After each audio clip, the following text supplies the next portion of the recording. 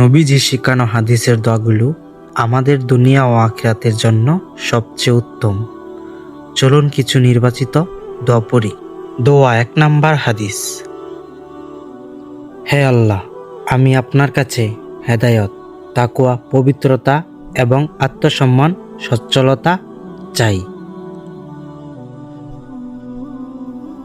দোয়া 2 নাম্বার হাদিস।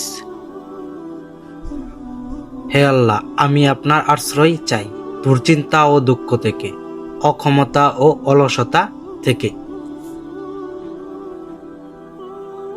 দোয়া 3 নাম্বার হাদিস।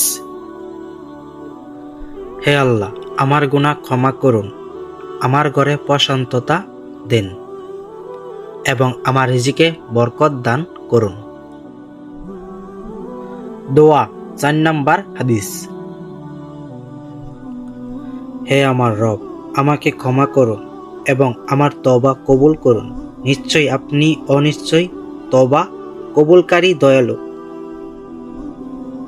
আল্লাহ আমাদের সবাইকে এই দোয়াগুলো আমল করার তৌফিক দিন। আমিন।